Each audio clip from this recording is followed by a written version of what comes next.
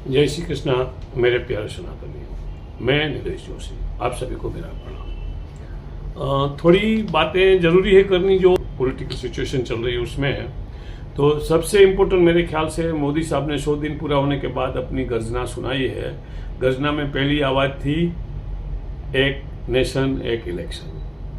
ये आए दिन बाहर के मतलब 365 डेज में कितने कितने इलेक्शन होता रहता है। कभी राज्यसभा का इलेक्शन है, कभी पार्लियामेंट का इलेक्शन है, कभी विधानसभा का इलेक्शन है। अलग अलग राज्य का आचार संहिता लग जाती थी, उसमें कार्य रुक जाते थे डेवलपमेंट के।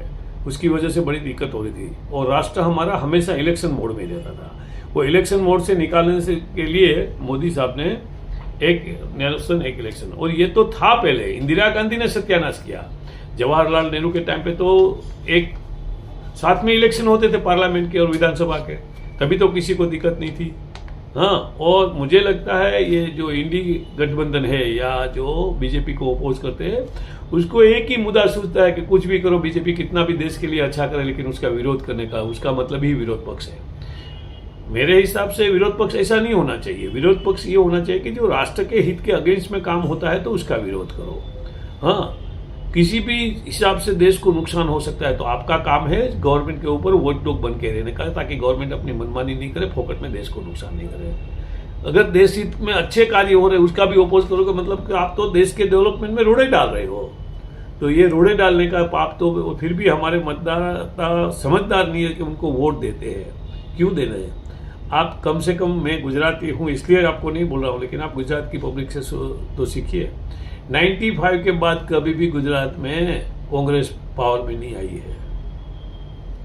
अब सोचिए विजन गुजराती लोगों का, क्योंकि उनको पहले से मालूम हो गया कि देशद्रोही पार्टी है पूरी। पाकिस्तान बनवाया, बांग्लादेश बनवाया, वक्फ बोर्ड बनवाया, एपीजमेंट चालू इतना रहा कि मत पूछो बात। हाँ, और पाकिस्तान का ख्याल रहता था, हित खाता था भारत का और हित पाकिस्तान का करते थे।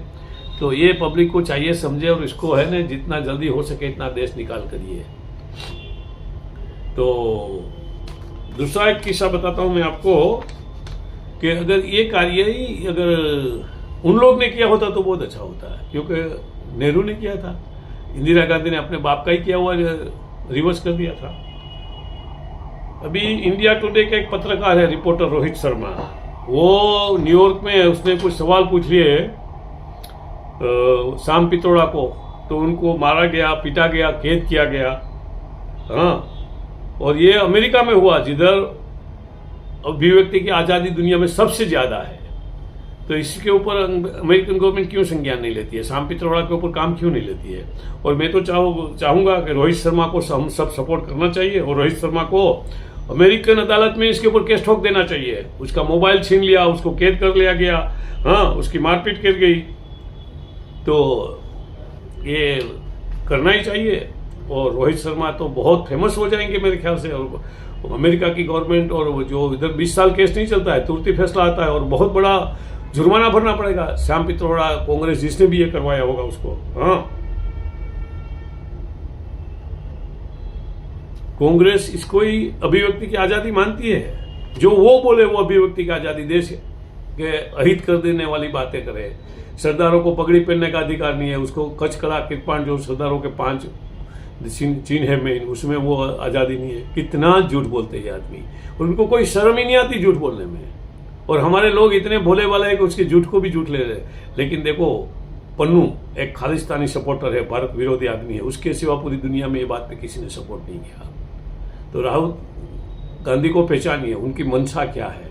वो पावर के बगैर रह नहीं सकते। वो समझते भारत उसकी बपोती जागीर है, मोतीलाल नेहरू के टाइम से चली आती है, उसके ऊपर कोई और बैठ नहीं सकता और वो पावर के बगैर रह नहीं सकते। तो कुछ भी करेंगे, देश का विभाजन करेंगे, हाँ, राइट्स करवाएंगे, क्या क्या नहीं करवाएंगे, लेकिन पावर में आने का है। लेकिन ये दफा मुझे लगता है पब्लिक उसको पहचान गई है। 52 में से 99 सीट पैदा दी है। ये बालक बुद्धि तो नहीं है, दुष्ट बुद्धि है। दुष्ट बुद्धि समझता है कि उसने बहुत बड़ा अचीवमेंट किया, कुछ अचीवमेंट नहीं है। अपने बलबूते पे कांग्रेस खुद को 140 से कभी आगे नहीं बढ़ा पाई है। जम्मू में बीजेपी के उम्मीदवार शगुन परिहार फैमिली के ऊपर अटैक किया गया। क्यों अटैक किया गया? वो इलेक्शन में खड़े हैं इसके लिए। ये देखिए, हाँ, हमें समझना चाहिए इनका माइंडसेट।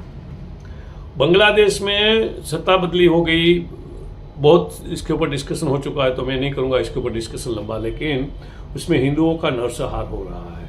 हिंदुओं को चाहिए अपने हिंदू भाइयों के साथ खड़े रहे, उसको मदद करिए तन मन धन से। हाँ, पैसे से भी मदद कर सकते हैं, उसके साथ खड़े रह के भी मदद कर सकते हैं, उसके विचार आप दूसरे लोगों के साथ फैला के शेयर करके भी मदद कर सकते हैं। अमेरिका पूरी दुनिया में मानवाधिकार की जो अपनी मर्जी चला इसी रेडी चलाता है, लेकिन बांग्लादेश के ऊपर क्यों चुप है? हिंदुओं का नरसंहार के ऊपर, पाकिस्तान में हिंदुओं के नरसंहार के ऊपर क्यों चुप है? मैं तो चाहता हूं कि पाकिस्तान को बहुत अपने जो अल्पसंख्यकों की फिक्र है ना, तो इधर से वो अपने अल्पसंख्यक लेके जाए, जिसके बेस पे ही उसका रचना हुई थी पाकिस्तान की इस्लामिक राष्ट्र के हिसाब से। तो सब इस्लामिक को जिसको पाकिस्तान लेके जाना, और हमारे हिंदू भाई बहनों हमको दे दे, हिंदू के साथ सिख भी दे दे, जैन भी दे दे, बुद्धिस्ट भी दे दे, क्रिश्चियन भी दे दे, हम सबको वेलकम करेंगे। आपके ये जिहादियों को लेके जाओ इधर से। अच्छा, ये भारत की ट्रेनों पे दिन ब दिन हमले बढ़ते जा रहे हैं, इसकी वजह क्या है आपको मालूम है? मुझे तो एक लगता है जो मोदी साहब ने यह वंदे भारत चालू किया ना, देश के लिए तो बहुत अच्छा है, लेकिन ये जिहादियों के दिमाग में नहीं बैठता है। क्यों मालूम है? वंदे भारत, उसका मतलब है महाभारत को प्रणाम करना। हाँ, तो उसको अच्छा नहीं लगता है, इसके लिए वो हमला कर रहे। भारत का प्रोग्रेस नहीं। और पाकिस्तान से अभी स्टेटमेंट भी आए थे, किसी एक पाकिस्तानी कोई जिहादी है उसने, कि आपको चाहिए कि भारत की ट्रेनों पे हमला करो, भारत के रोड व्यवहार को ठप कर दो, भारत के आवागमन के जितने साधन उसको ठप कर, भारत में गैर व्यवस्था पैदा करो, फिर हम भारत के ऊपर हमला कर, भारत के ऊपर कब्जा। आज भी वो गजवाए हिंद के सपने में रहते हैं, उसके गजवाए हिंद को सपने को फेल करना जितने राष्ट्रवादी भारतीय है उसका सबका फर्ज है। एक बात आते हैं कश्मीरी भाइयों बहनों, थोड़ा समझना आप जो भी वोटिंग करने से पहले है। शंकराचार्य आदि गुरु जिसने हिंदू धर्म का उद्धार किया, उस टाइम जैन और बुद्धिस्ट और एकेश्वरवाद की बहुत बोलबाला थी, उसमें से सनातन का गौरव प्रस्थापित किया। वो शंकराचार्य का पहाड़ है, उसको ये लोग नाम बदल करके तख्ते सुलेमान करना चाहते हैं। ये कभी नहीं होना चाहिए, कभी नहीं होना चाहिए। शंकराचार्य का नाम शंकराचार्य रहना चाहिए। और कश्मीर कौन सा मुस्लिम राज्य था? सदियों से हजारों सालों से वो हिंदू राष्ट्र तो था ही, हिंदू राज्य तो था। हाँ, बट एनीवे, ये जो आपके संज्ञान में लेके आना चाहता हूँ ताकि आप लोगों को समझ में आए कि क्या चल रहा है, क्या हो रहा है। आशा है कि आपको मेरा ये वीडियो पसंद आएगा। वीडियो पसंद आए तो आप उसको लाइक करिए, शेयर करिए। आपकी खुद की चैनल है सनातन शक्ति, उसको सब्सक्राइब करिए। और हो सके आप करना चाहे तो आर्थिक सहयोग भी कर सकते हैं। आपका खूब खूब धन्यवाद। जय श्री कृष्ण।